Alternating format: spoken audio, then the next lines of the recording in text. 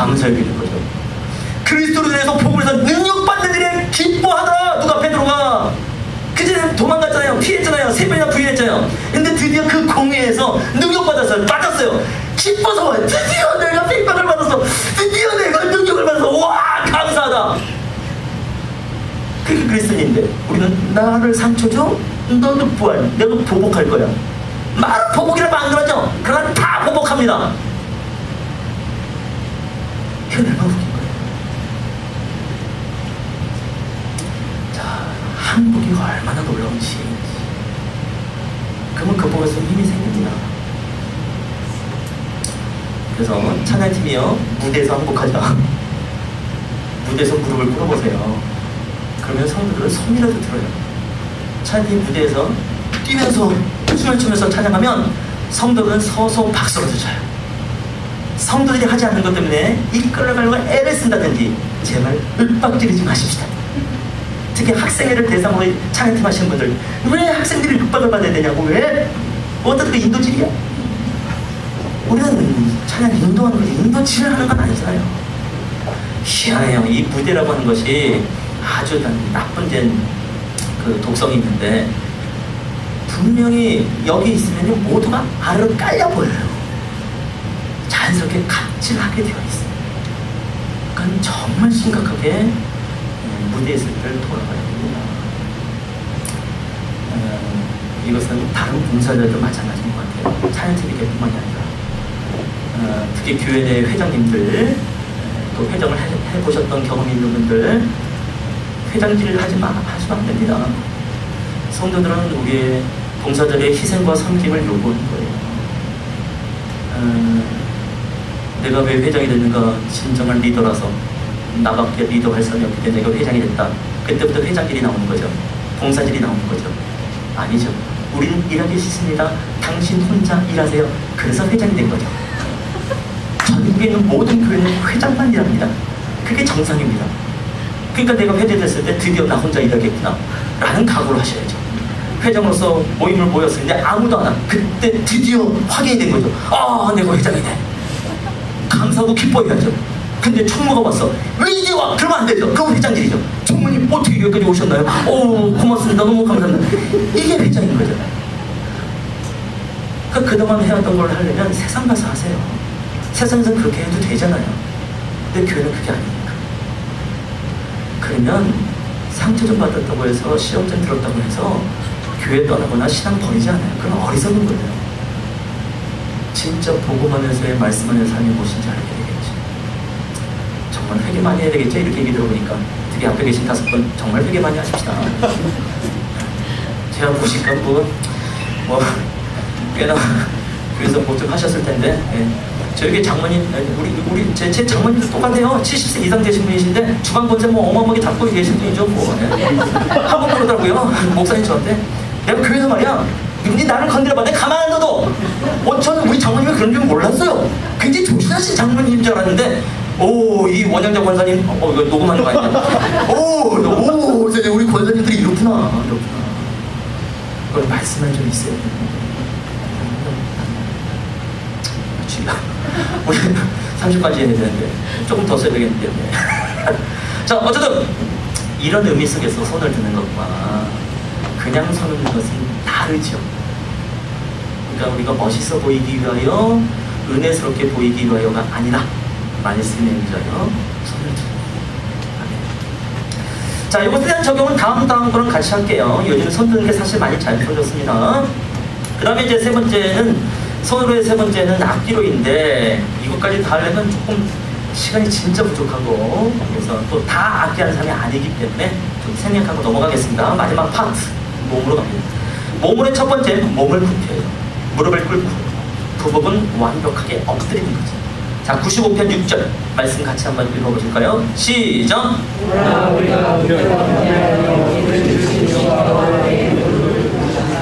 성경에 몸을 부풀어 무릎을 꿇어라라는 말씀이 있어요. 그래서 우리가 몸을 굽히고 무릎을 꿇는 것이죠. 말씀에 의지해서 하십시다. 일단 겸손을 의미하게 되겠죠. 자, 저는 어릴 때부터 많이 들었던 이야기가 뭐냐면, 한국 사람들은 무릎을 꿇는 것이 자연스러운 행동입니다. 전 동의하지 않지요, 그 말에. 자, 지금처럼 모두가 의자에 앉아서 찬양할 때 나는 혼자 스스로 바닥에 무릎을 꿇고 찬양할 수 있어. 난 지금까지 그렇게 해왔어. 없겠죠. 실제로 우리 교회 예배 때 옆에 사람이 혼자 바닥에 무릎을 꿇고 찬양하면 우리는 보통 어떤 생각을 하죠? 뭐야? 자기 혼자 예배드려? 되게 티내네. 자, 오늘날 한국교회 안에 이상한 미덕이 있죠? 티내지 마라. 너무 앞자리 앉지 마라, 티난다. 너무 뒷자리 앉지 마라, 찍힌다. 그렇죠? 그래서 항상 가운데 사람들이 가장 많이 앉잖아요. 그 문화가 더 이상한 거 아닌가요? 그냥 상식적으로 보더라고요. 저는 이제 대학생 때 처음으로 알게 된 성경 말씀이 뭐냐면 역대하 16장 9절인데 여호와는 온 땅을 두루 감찰하신대요. 전심으로 자기에게 향한 자를요 능력을 베푸신대요. 굉장히 감사하고 위로가 됐지요. 근데 계속 묵상할수록 알게 된 게 뭐냐면 내가 하나님의 능력을 필요로 하는 것보다 하나님이 하나님의 능력을 나에게 베풀기를 더 원하신다. 다시 말씀드립니다. 내가 하나님의 능력을 필요로 하는 것보다 하나님이 하나님의 능력을 나에게 베풀기를 더 원하신다. 네. 그러면 놀라운 하나님의 신뢰가 되는 거죠. 그렇지 않고서야 이 말씀을 하나님이 성경에 기록하라고 할 리가 없는 거예요. 그렇죠? 약간의 조건이 있어요. 전심 전력. 그래서 그럼 티된다라고 말하지 말고 저 사람은 예배 열정이 있구나. 예배 패션이 남다. The Passion of the Christ 영화 보셨잖아요. 결국 열정이라는 건 패션인 것은 고난, 죽음, 순환을 포함한 거죠. 그러니까 예배 열정을 가져라는 얘기는 예배되다 죽을 수 있어요. 예배되다 고난받을 수 있어요. 궁금합니다. 예배되다 고난받아봤나요? 예배되다가 죽을 뻔한 적 있어요. 예배되다가 고난받아본 적도 없으면서 왜 예배를 함부로 판단하냐고. 자격 없는 거잖아요. 지금 중동에 있는 그리스도인들이 어떻게 핍박 속에서 신앙생활을 하는지 우리가 정말 많이 듣고 있습니다. 그들의 예배에 대한 무게와 우리의 예배에 대한 무게 좀 차이가 있었으면 좋겠어요. 저는 솔직히 그들은 예배를 판단할 시간이 없어요. 예배와 생명과 동일한 겁니다. 그러니까 우리는 예배가 너무 편하다 보니까 예배를 함부로 판단하거든요. 아니죠. 예배드리다보다 고난받았던 적이 있고 스스로 돌아갔습니다. 자, 그런가 하면 무릎을 꿇으면 집중이 된답니다. 그래서 노름하는 사람들도 밤 12시가 넘어가면 무릎을 꿇는대요. 그럼 집중이 되면 상대편의 패가 보인답니다. 이거에 대한 적용은 추석 때 각자 집에서 하세요. 쓰리고의 핍박의 역사가 각 가정마다 그렇게 죽어나는 거죠. 그전에 뭐 흔들면 좋죠. 싸지는 말지어다. 중요한 건 이런 용어를 우리가 다 알고 있다는 거. 그게 뭐냐면 노름하는 사람들의 노름에 대한 열정. 돈을 따고자 하는 열정이 얼마나 강하면 밤새 무릎을 꿇을까요?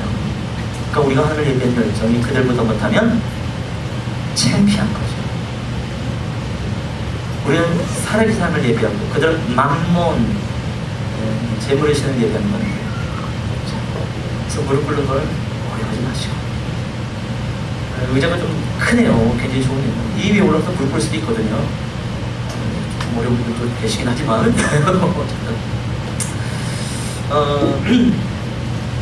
그래서 우리가 그런 말을 많이 듣는 것 같아요. 하나님만 예배하십시오. 아까도 우리가 불렀던 찬양 주님 홀로 높임받는 거죠. 내가 하나님만 예배하는지 그렇지 않은지는 집착의 대상을 보면 될 것 같습니다. 결국 집착의 대상이 예배의 대상이 맞아요.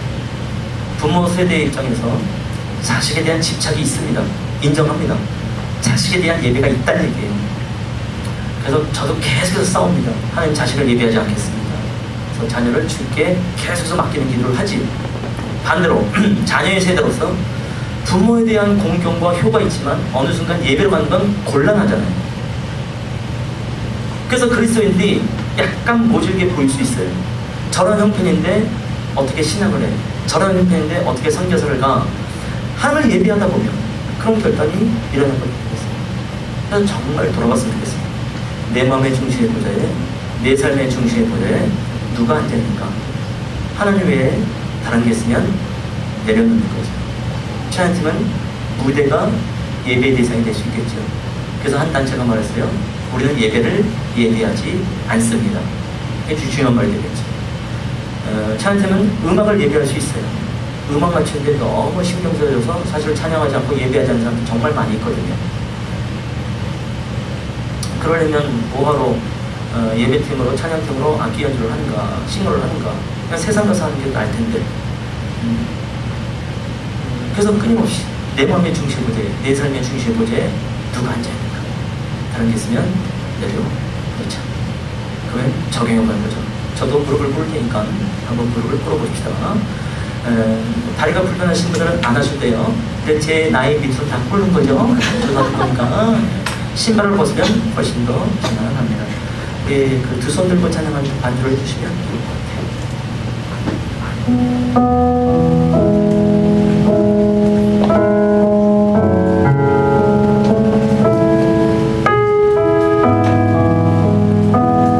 실수 아닙니다. 내가 입으로 말했던 하나님, 오래 했던 하나님, 큰 소리 외치고 갈지야 될 거야. 모두 다 부른 거예요. 왜 몇 명만 불러? 부르세요. 다리가 불편하신 분만 빼고.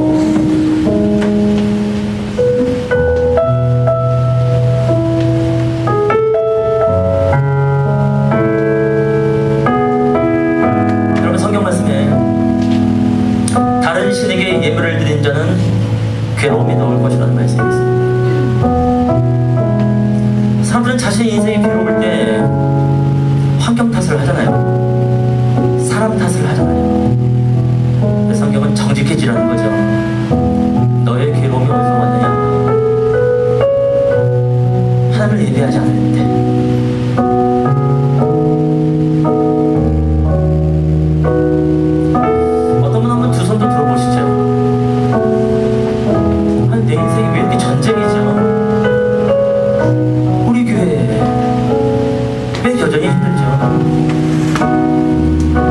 제가 주차장이 어딘지 몰라가지고 은혜 방송교회에다가 주차해놓고 왔어요. 순간 느꼈죠. 다른 교회인데. 근데 조금 있어서 들어왔습니다만, 우리는 언제까지 이런 상황 속에 있어야 될 것인가? 전쟁이거든요.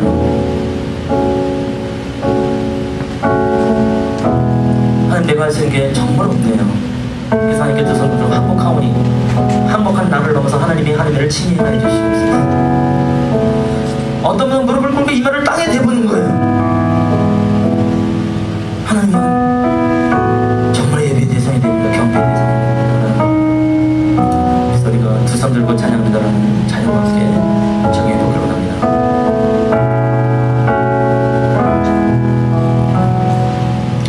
두 손 들고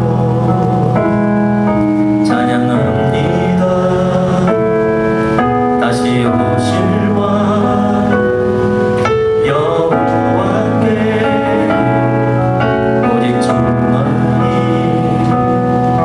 나를 다스리고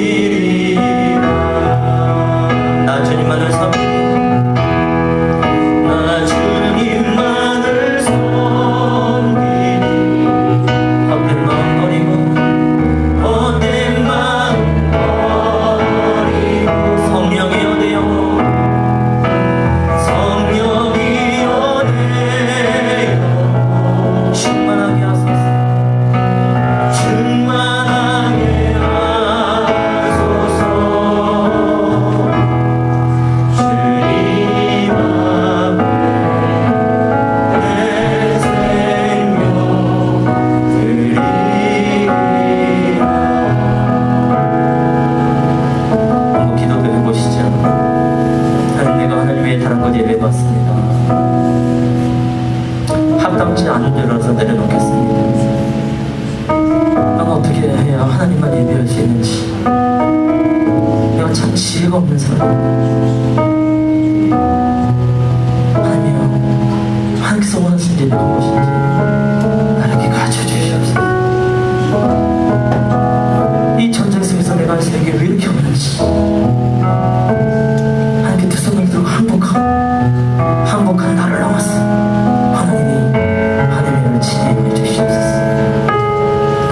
적어도 내 기도 소리가 내 귀에 들릴 수 있을 만큼만 기도해서 나갔으면 좋겠습니다. 함께 기도하십시오.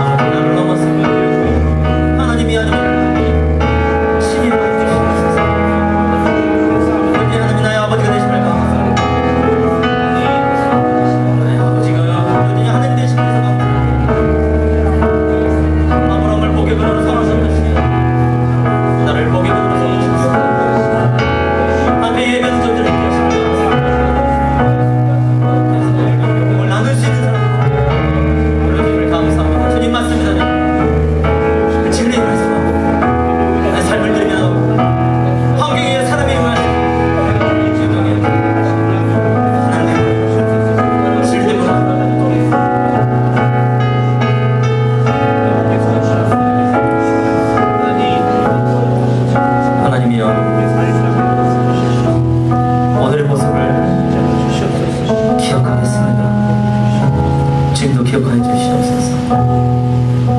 어떤 형태의 예배가 됐든지 나를 겸손하게 낮추며 예배할 수 있고 이미 내 안에 우리 안에 계신 하나님을 경험하게 된 줄로 믿습니다. 하나님이여, 이 예배를 복되게 하여 주시옵소서. 주께서 원하시는 예배용으로 충분하게 채워주시옵소서. 지금 사랑합니다. 아멘. 일어나겠습니다.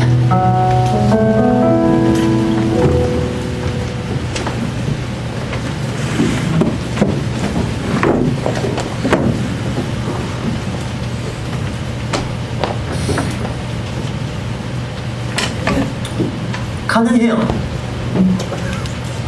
무릎 꿇으십시오. 엎드리십시오. 그게 말씀 안 있는 거죠.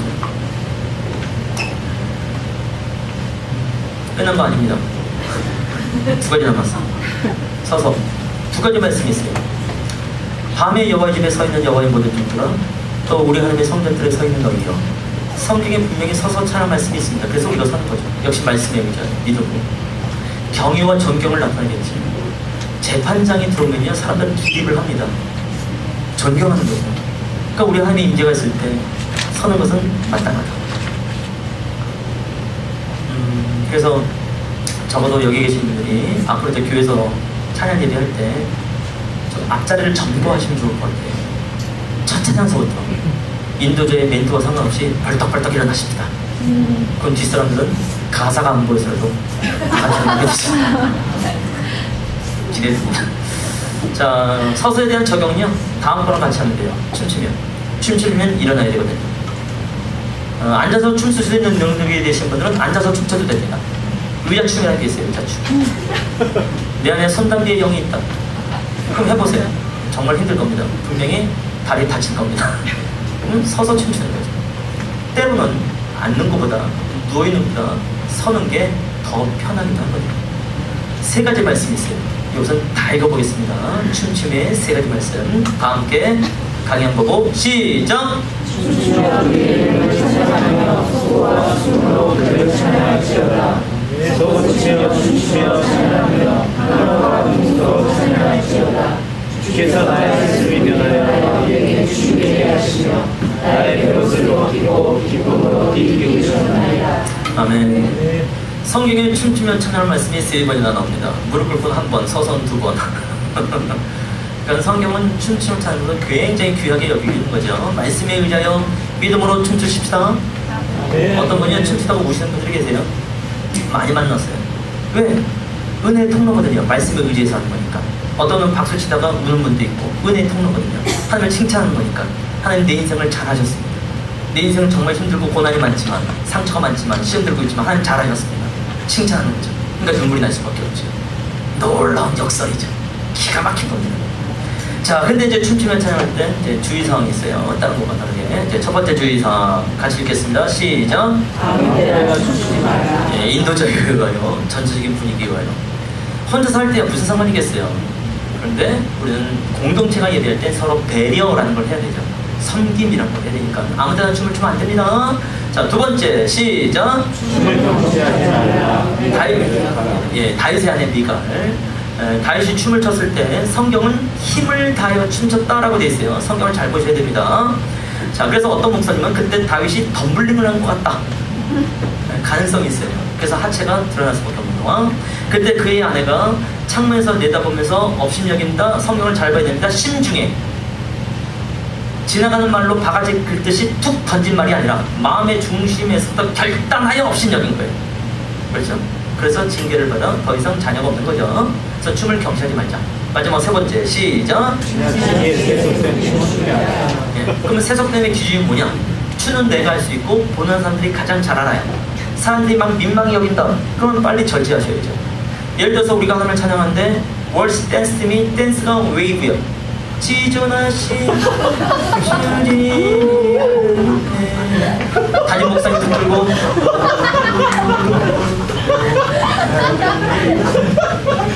전 목사라는 사실 잊으시면 안 됩니다. 이거 뭐 주님 유혹하는 것도 아니고 우리 주님 그 정도 갖고 유혹을 안 받아요. 보기에도 민망하잖아요. 금방 알겠죠. 자, 그럼 도대체 어떤 춤을 추란 말이냐? 국민 체조가 놀라운 춤이에요.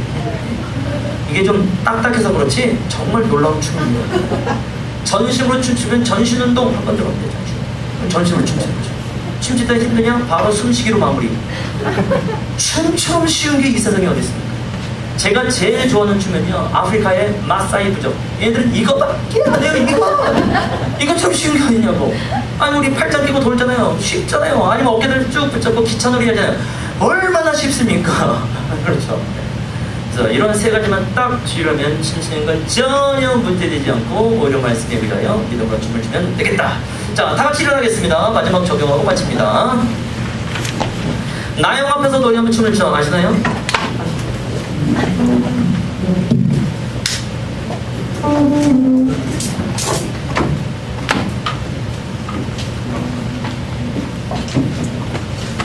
이 찬양을 모르면 계속 춤만 추시면 돼요.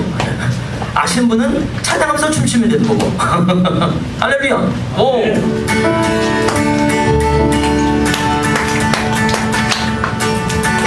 예. 찬양이 굉장히 쉽기 때문에 하다 보면 그냥 금방 이해가 됩니다. 자, 춤을 추면서 저를 쳐다보시면 안 됩니다. 저도 민망해요. 자, 서로 얼굴 보면서 한번 인사해 보겠습니다. 말씀대로 찬양하십시다. 예, 또 앞뒤 분들에게 가사로 찬양하십시다.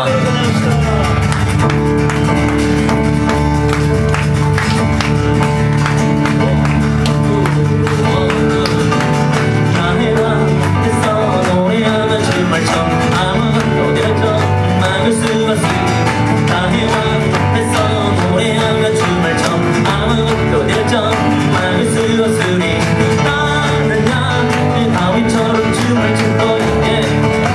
이 사람들이 위해서도